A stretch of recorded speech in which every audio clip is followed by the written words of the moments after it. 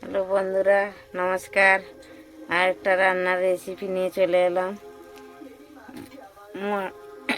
Mushroom, Shimla Mirchi, আলু দিয়ে এটা বানাবো। সর্ষে তেল দিয়েছি, কড়া গরম হয়ে গেছে। পেঁয়াজ কুচিয়েছি, একটু মোটা মোটা করে পেঁয়াজ দিয়ে দিচ্ছি।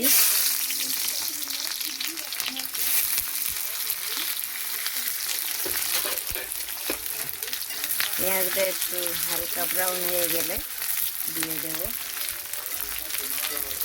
মাশরুম, শিমলা মির্চি, আলু একসাথেই দিয়ে দেবো।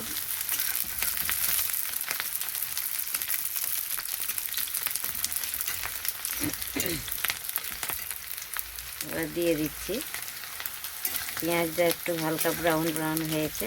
এবার দিয়ে দিচ্ছি মাশরুম, আলু, শিমলা মির্চি একসাথেই দিয়ে দিচ্ছি।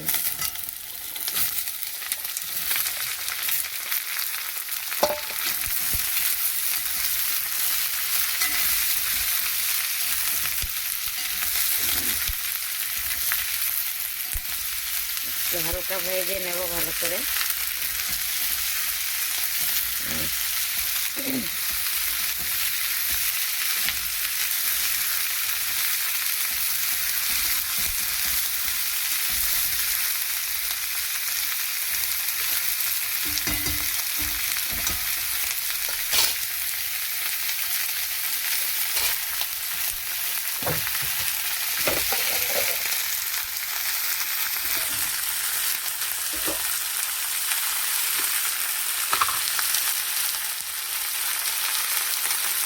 পরিমাণ মতো নুন দিয়ে দেবো।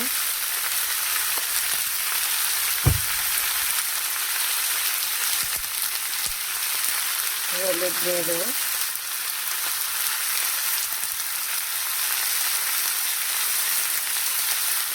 লঙ্কার গুঁড়ো। এটাতে বেশি কিছু মশলা দেবো না, শুধু লঙ্কা, হলুদ এটাই পড়বে। একটু টমেটো কুচিয়ে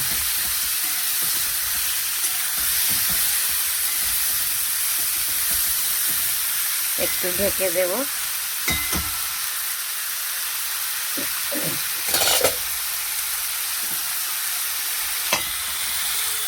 ঢেকে দিচ্ছি।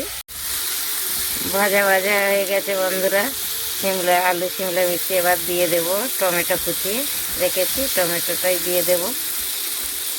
দিয়ে একটু ঢেকে দেব। এটা এমনি মাখা মাখা হবে, এটাতে জল দেব না। এটাই টমেটোতে জল ছেড়ে দেবে, এই জলেই হয়ে যাবে, জল দিতে লাগবে না। আর কিছু মশলাও পড়বে না এটাতে। টমেটোটা দিয়ে দিচ্ছি।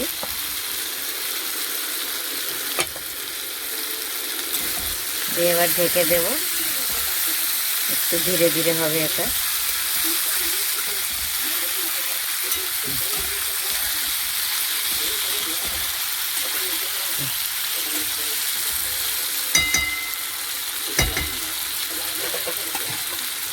ঢেকে দিয়ে দিচ্ছি।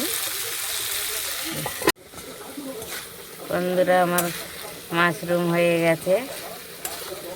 এটা আপনারা চাইলেন এমনি করে বানিয়ে খাবেন, খুব সুন্দর লাগবে। খুব ভালোই হয়েছে, দেখতে খুব সুন্দর হয়েছে কালার।